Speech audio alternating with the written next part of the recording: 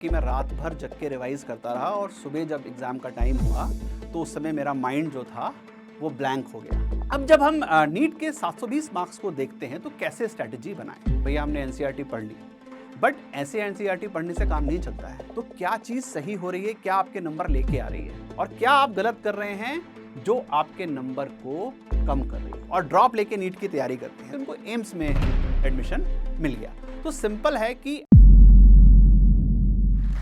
नमस्कार, मेरा नाम सौरभ कुमार है और मैं विद्या मंदिर क्लासेस में चीफ एकेडमिक ऑफिसर हूँ। यूपी के एक छोटे शहर बरेली से आता हूँ। मेरे फादर एक छोटी सी कंपनी जो कपूर बनाने वाली कंपनी है जिसको कैम्फर एंड अलाइड के नाम से जाना जाता है, उसमें अकाउंट्स में काम करते थे। मेरी मदर एक हाउसवाइफ थी और हम एक बिलो एवरेज फैमिली को बिलोंग करते थे।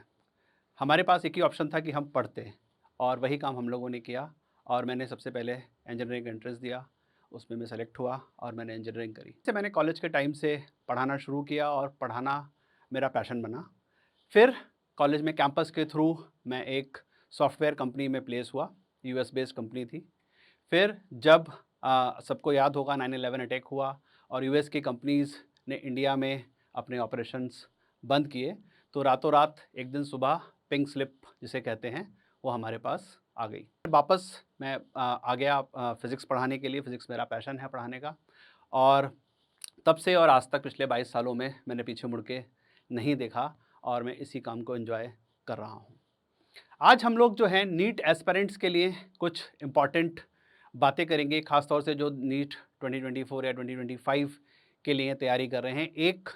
कल एक नया नोटिफिकेशन भी एनएमसी ने दिया है कि अब जो भी बच्चा डॉक्टर बनना चाहेगा यानी एमबीबीएस में एंट्री लेगा इस साल से यानी 2024 से, उसके लिए एक नया एग्ज़ाम यानी नेक्स्ट एग्ज़ाम इस्टेब्लिश कर दिया गया है जिसका नाम है नेशनल एग्ज़िट टेस्ट।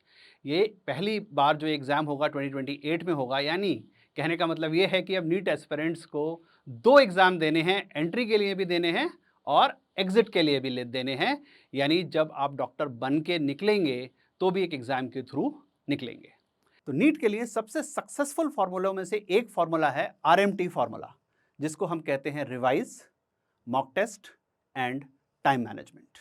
जब हम रिवीजन की बात करते हैं तो रिवीजन बड़ा इंपॉर्टेंट है। रिवीजन कैसे करना है?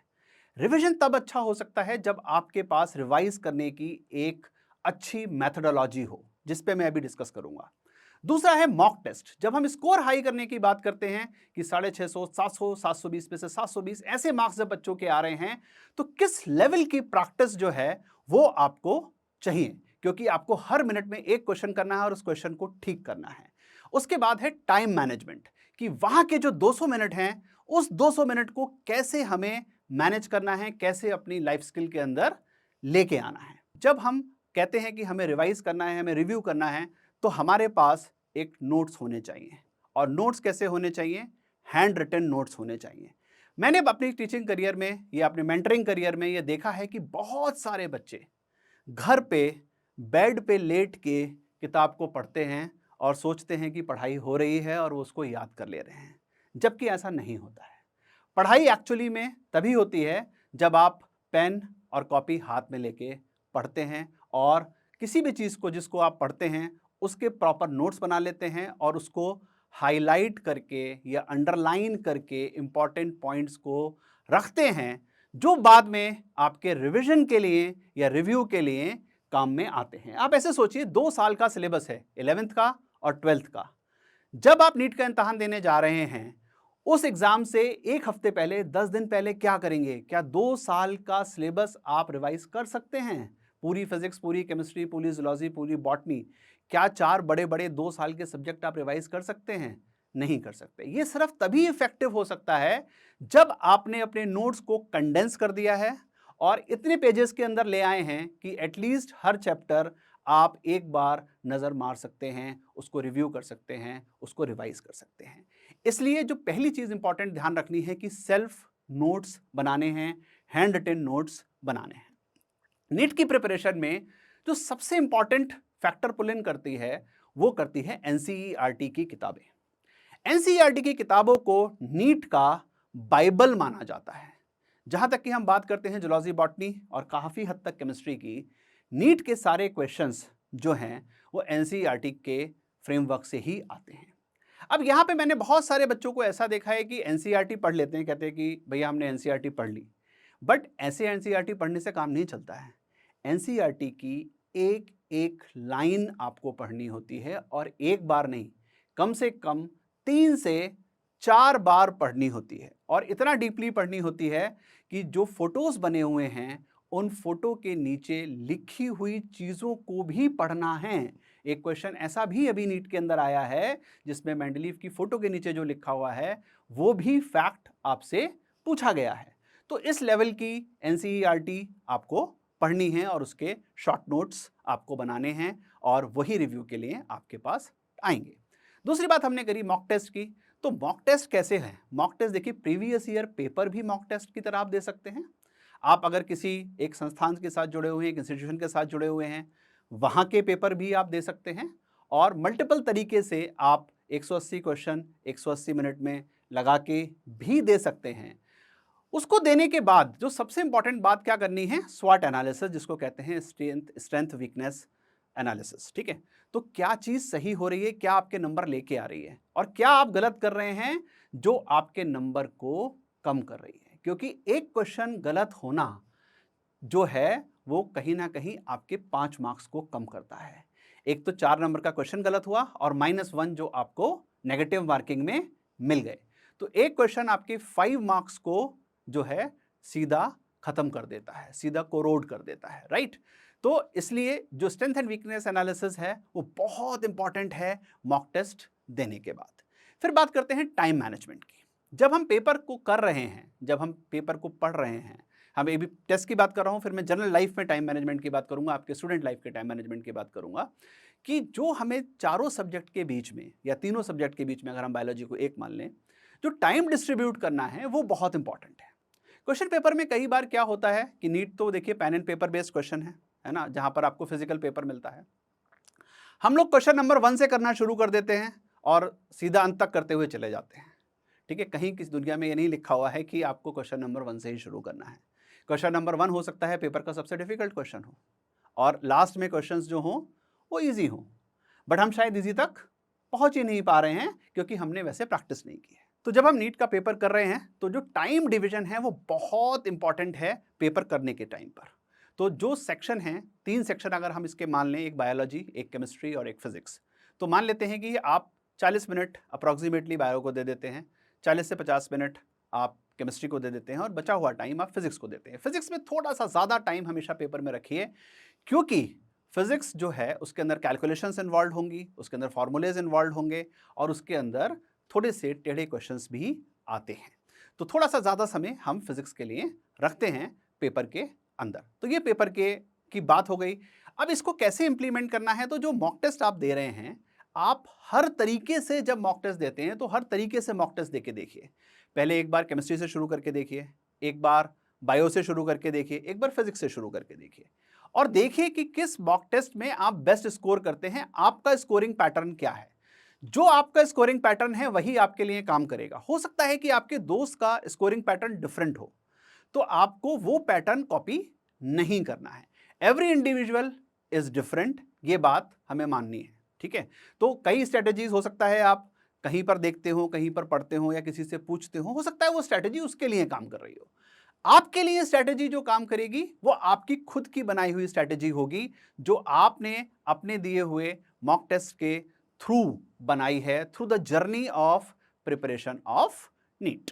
ठीक है, तो अब हम बात करते हैं कि जो नीट की जर्नी के अंदर जो टिप्स हैं, उन टिप्स को स्टूडेंट अपनी लाइफ में कैसे ला सकते हैं। ठीक है, तो जो सबसे इंपॉर्टेंट और सबसे पहली चीज है वो है स्टडी मटेरियल।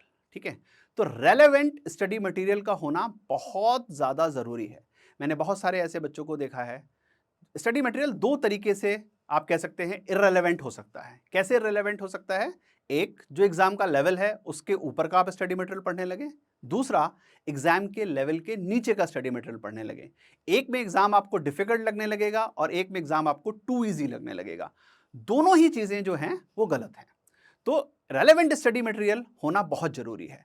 मैंने बहुत सारे ऐसे बच्चों को देखा है जो मल्टीपल तरीके की किताबें ले लेते हैं, मल्टीपल कोर्सेज ले लेते हैं, डिजिटल और फिजिकल दोनों, और at the end of the day वो किसी को भी पूरा नहीं कर पाते हैं। ठीक है, बहुत जुनून में शुरू में कुछ चैप्टर, 2 या 3 चैप्टर वो शायद सारे सोर्सेज से पढ़ लेते हैं, फिर कुछ दूसरे सब्जेक्ट के सोर्सेज वो पीछे हो जाते हैं, फिर उनको रियलाइज होता है कि ये नहीं हो सकता, और वो तब तक काफ़ी देर हो चुकी होती है। तो मेरी एडवाइस यहाँ पर ये है कि जो स्टडी मटेरियल आप चूज करें उसी पर विश्वास रखें और उसको एटलीस्ट 3 to 4 टाइम्स आप देख ले जाएं। ठीक है, और उसी से नोट्स बनाएं, उसी पे अंडरलाइन करें, उसी पे हाईलाइटिंग करें, जिससे कि आपकी जब फाइनल रिव्यू का टाइम है तब आप उसको रिवीजन कर सकते हो।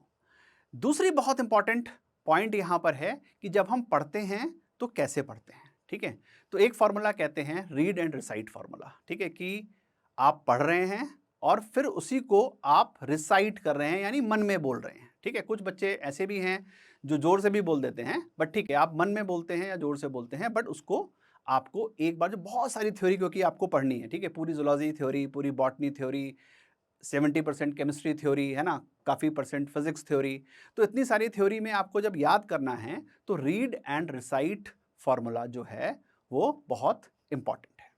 तीसरी बात है कि जो बहुत इंपॉर्टेंट है, जिसमें सबसे ज़्यादा गलती होती है, वो है कि हमें डेडलाइन के साथ पढ़ना है और एक इफेक्टिव टाइम टेबल के साथ पढ़ना है। यानी मैं 1 हफ्ते में क्या पढ़ूंगा, 15 दिन में क्या पढ़ूंगा, मैंने उसकी डेडलाइन बना ली, और उस डेडलाइन में मेरा टाइम टेबल क्या होगा ये मुझे देखना है। अब आपका टाइम टेबल क्या होगा ये कोई दूसरा नहीं बता सकता, क्योंकि आपको आपसे बेहतर कोई नहीं जानता है, राइट। तो आप एक दिन में कब पढ़ते हैं, सुबह ज़्यादा पढ़ते हैं, रात को ज़्यादा पढ़ते हैं, ठीक है, कितने घंटे पढ़ते हैं, ये सारी चीज़ें आपको अपने बारे में सबसे अच्छी पता है। तो जो आप टाइम टेबल बनाइए वो रियलिस्टिक होना चाहिए, वो किसी और को इंप्रेस करने के लिए नहीं है।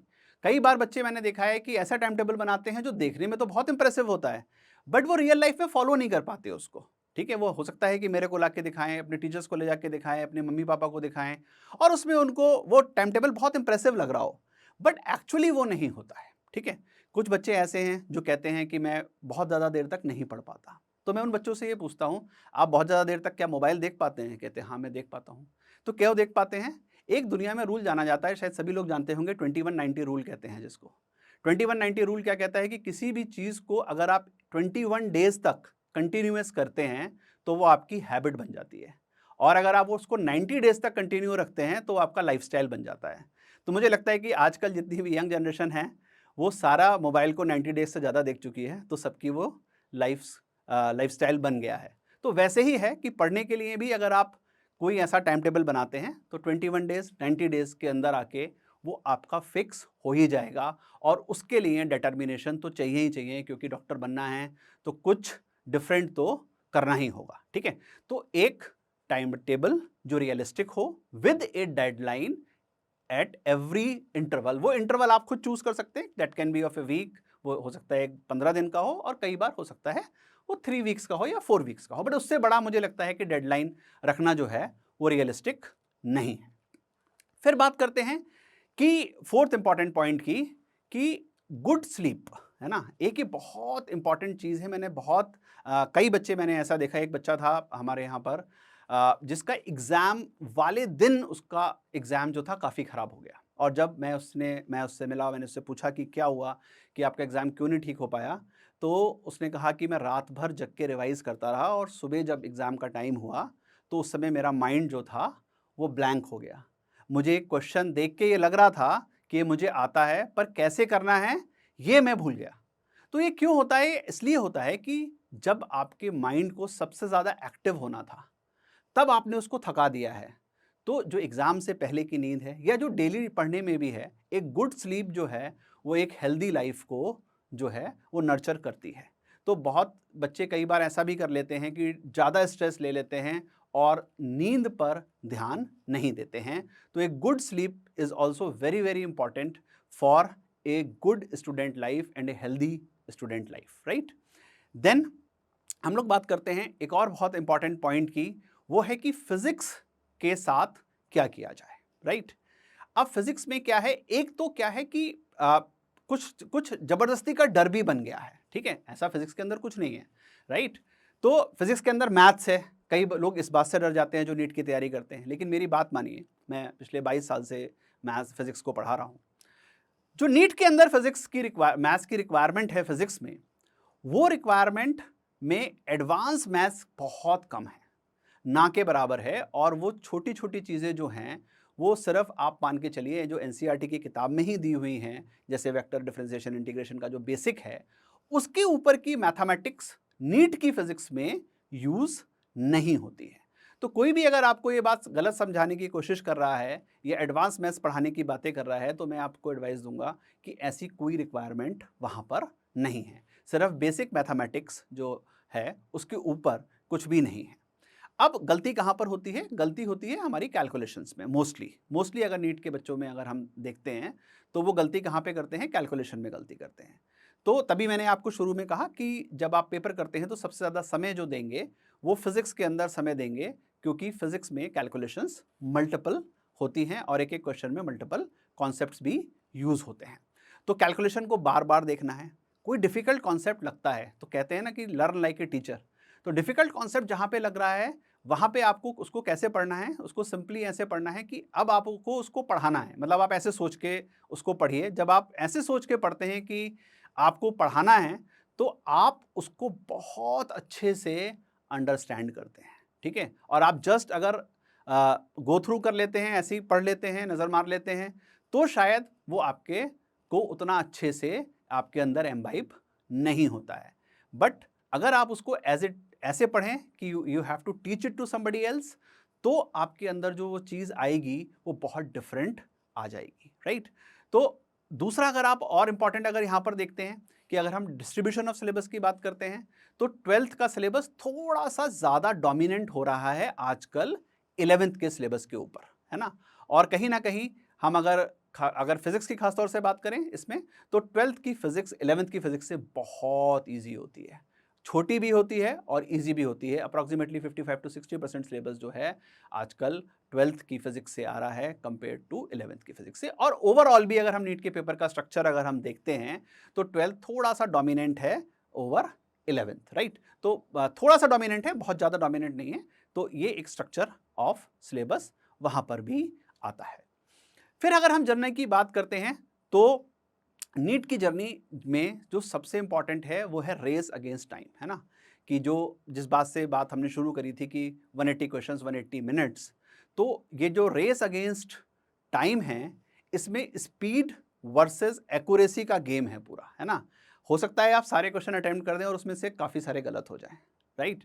या हम कम क्वेश्चन कर पाएं और वो स्कोर ही ना ला पाएं जिस स्कोर में जाके नीट क्रैक हो सकता था। तो जर्नी जो है स्पीड अगेंस्ट टाइम की, इसको नर्चर करना है, इसको हर दिन अपने अंदर एम्बाइब करना है। जब भी हम अपने घर पे बैठ के अनसॉल्व्ड क्वेश्चंस कर रहे हैं, जब भी हम अपने घर पे बैठ के पढ़ाई कर रहे हैं, तो जब भी हम इसको कर रहे हैं तो हमेशा टाइम को जो है अपने अंदर रखना है कि मेरे को 60 मिनट में 60 क्वेश्चन करने हैं या 50 मिनट में 50 क्वेश्चन करने हैं, जो भी आप टारगेट इस पे लेके करना चाहें, ठीक है? और बस एक और लास्ट पॉइंट कि जो हम एम करते हैं, मतलब अगर हमारा एम है कि हमें मान लीजिए किसी टेस्ट में 600 मार्क्स लाने हैं, तो एम जो होगा वो हमेशा 650 या 660 का एम होगा। क्योंकि आप जितना एम करोगे उससे थोड़ा सा कम ही आप हमेशा स्कोर करोगे, राइट? शुरुआत में। बट हल्के हल्के करके जब आप ये प्रैक्टिस को अपने अंदर ले आओगे तो समय के साथ ये स्कोर आपके जो ओवर एम आपने किया है उसको मैच करने लगेगा, राइट? तो जो भी आपको ने स्कोर एक सोचा है उससे थोड़ा सा ऊपर का एम करके चलेंगे और उसके लिए काम करेंगे, तो पूरा जो आपका नेटवर्क है ना ब्रेन का, वो आपको वहां तक ले जाने के लिए क्या करेगा, आपका पूरी फंक्शनिंग जो है उसको चेंज कर देता है, आपके रूटीन को जो है वो चेंज कर देता है। बट इस चीज को अपने अंदर विश्वास में लाना है और उठा के रखना है। फिर हम लोग एक बार इंपॉर्टेंट चीज देखते हैं कि जब वो बच्चे हैं जो ड्रॉप ले लेते हैं, ठीक है, और ड्रॉप लेके नीट की तैयारी करते हैं, तो शायद आप सभी लोगों को ये बात पता होगी कि नीट के अंदर, मेडिकल के अंदर, एंट्रेंस के अंदर कोई एज लिमिट नहीं है, राइट? यानी ये पेशेंस का भी एक टेस्ट है, क्योंकि जब एज ए डॉक्टर आप प्रैक्टिस करते हैं तो आपको पेशेंस भी रखना पड़ता है। जैसे एक्यूरेसी की रिक्वायरमेंट है, टाइम मैनेजमेंट की रिक्वायरमेंट है, वैसे ही पेशेंस की भी रिक्वायरमेंट है। 30% बच्चे करीब ऐसे होते हैं जो फर्स्ट अटेम्प्ट में सेलेक्ट होते हैं और करीब 70% बच्चे ऐसे होते हैं जो ड्रॉप ईयर में नीट के अंदर सेलेक्ट होते हैं। जो बच्चे ड्रॉप ले लेते हैं उनके पास 2-3 चैलेंजेस होते हैं और 2-3 अपॉर्चुनिटी होती है। चैलेंजेस क्या होते हैं? सबसे पहला चैलेंज तो घर पे ही होता है ना? कि अपने पेरेंट्स को, रिलेटिव्स को बताना कि मैं अब आजकल 12th पास कर लिया है और मैं ड्रॉप करके तैयारी कर रहा हूँ, राइट? तो पेरेंट्स को जस्टिफाई करना पड़ता है डेली कि मैं पढ़ रहा हूँ एडिक्वेट, जो मेरे लिए सिलेक्शन के लिए पर्याप्त है, जिससे मैं सिलेक्शन कर ले जाऊंगा। क्योंकि आप जब ड्रॉप ले लेते हो ना, तो 15 मिनट भी ब्रेक लोगे ना, तो घर वालों की नज़र आप ही पे जाएगी कि आपने ड्रॉप ले लिया है और आप खाली बैठे हुए हो। तो वो विश्वास जीतना जो होता है वो बड़ा इंपॉर्टेंट होता है। दूसरा चैलेंज होता है उन दोस्तों के साथ जो आपके साथ ही पढ़ रहे थे और उसमें से कुछ शायद सफल हो गए और कहीं ना कहीं उन्होंने एडमिशन ले लिया या दूसरे कोर्सेज में एडमिशन ले लिया जो एमबीबीएस नहीं था या प्योर मेडिकल नहीं था, उन्होंने अलाइड करियर हो सकता है चूज कर लिया हो या किसी और तरीके से सफलता प्राप्त कर ली हो। तो आपको उनसे भी जो है लगेगा कि मेरे दोस्त जो कल तक मेरे साथ थे आज वो कॉलेज के अंदर पढ़ रहे हैं और मैं तैयारी कर रहा हूँ। बट इससे कोई फर्क नहीं पड़ता, ठीक है? लाइफ जो है फाइनल रिजल्ट है, राइट?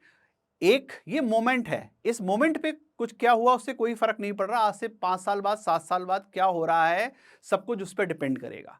हो सकता है कि आप एक ऐसी मेडिसिन की डिस्कवरी कर दें जो पूरी ह्यूमन लाइफ को चेंज कर दे। आप कोई ऐसे ड्रग की डिस्कवरी कर दें जो बहुत सारी लाइफ्स को सेव कर दे। तो आप अपनी लाइफ के थ्रू बहुत सारे और लोगों की लाइफ को चेंज कर सकते हैं। तो ऐसी चीज़ों से डिमोटिवेट नहीं होना। ये तो बात हो गई कि चैलेंजेस क्या होंगे अगर हम ड्रॉप ईयर में होते हैं। अपॉर्चुनिटी क्या है? अपॉर्चुनिटी, बहुत बड़ी अपॉर्चुनिटी जो मुझे दिखती है वो ये दिखती है कि अब हमें इस ईयर के अंदर फिजिक्स, केमिस्ट्री और बायोलॉजी को छोड़ के कोई भी और काम नहीं करना है। ना मुझे प्रैक्टिकल की फाइल बनानी है इस साल, ना मेरे को कोई प्रोजेक्ट करना है, ना मेरे को स्कूल के किसी फंक्शन में पार्टिसिपेट करना है, ना मेरे को कोई और ऐसा काम करना है जो मेरी प्रिपरेशन को जो है हैम्पर कर रहा है या अफेक्ट कर रहा है। अब ये जो आने वाला समय है वो सिर्फ और सिर्फ और सिर्फ किस लिए है? वो सिर्फ और सिर्फ 3 चीज़ों के लिए है, फिजिक्स, केमिस्ट्री और बायोलॉजी के लिए हैं। इसमें मुझे मास्टरी करनी है और हर उस काम को करना है जो आपको एडवाइस किया गया है। यानी एनसीईआरटीज़ को पूरी तरीके से पढ़ लेना है, लाइन बाय लाइन पढ़ लेना है, 2-2 3-3 बार रिवाइज कर लेना है, खूब सारे मॉक टेस्ट देने हैं और दिन में जो 24 घंटे हैं उसमें जो है एटलीस्ट 12 से 13 घंटे पढ़ने का प्रयास करना है। तो ड्रॉप ईयर जो होता है वो कोई नीट के प्रिपरेशन में कोई बहुत ऐसा अचंभा नहीं है। जैसा मैंने आपको बताया कि अप्रॉक्सीमेटली 70% स्टूडेंट्स जो होते हैं वो ड्रॉप ईयर वाले ही स्टूडेंट्स जो होते हैं वो top of the medical colleges को बन के निकलते हैं। मेरा एक स्टूडेंट था जो लास्ट ईयर जो 2 ईयर प्रोग्राम में हमारे साथ था, उसका उस बार 450 नंबर आए और उसने फिर प्रण लिया कि मैं ड्रॉप करूँगा और उसने बहुत आराम से प्रिपरेशन करी बिना किसी स्ट्रेस लिए हुए। सिंपल जो पढ़ाई है, जो मैंने फार्मूले आपको बोला कि आरएमटी फार्मूला आप अपनाएं, उसको अप्लाई किया और इस बार उसके 700 नंबर जो हैं वो 720 में से आए और उसकी पूरी फैमिली को बिल्कुल भी अंदाज़ा नहीं था कि ऐसा भी हो सकता है। तो सिंपल डिटर्मिनेशन है। ऐसे में और भी कई स्टूडेंट्स की अगर मैं बात करूं कि जिन लोगों ने जेई की तैयारी कर रहे थे और बाद में वो मेडिकल का उन्होंने एंट्रेंस दिया, उन लोगों ने पीसीएम भी दी हुई थी और उसमें उन्होंने बहुत अच्छे, इतने अच्छे नंबर स्कोर किए कि उनको एम्स में एडमिशन मिल गया। तो सिंपल है कि आप जो भी पढ़ रहे हो उसको पूरी शिद्दत के साथ पढ़ें, पूरे ध्यान के साथ पढ़ें, हर पॉइंट को अपने अंदर एम्बाइब करें, ज़बरदस्ती किसी भी चीज़ पे हाँ ना करें, है ना? अगर पढ़ रहे हैं तो मतलब पढ़ रहे हैं, राइट? उसमें ये नहीं होना चाहिए कि मम्मी को दिखाने के लिए पढ़ रहे हैं या कोई आ गया तो किताब खोल ली, फिर कोई चला गया तो किताब बंद कर ली। तो ये जो है ये आप अपने आप को चीट कर रहे हो, किसी और को चीट नहीं कर रहे हो। तो ये सारी टिप्स और फॉर्मूले जो भी बताए हैं वो अगर अपनी लाइफ में इम्बाइब करेंगे तो आपको सफलता ज़रूर प्राप्त होगी। और ध्यान रखिए कि कोशिश करने वालों की कभी हार नहीं होती। तो best wishes to all the 2024 and 2025 aspirants from each one of us. So thank you very much and wish you all the best.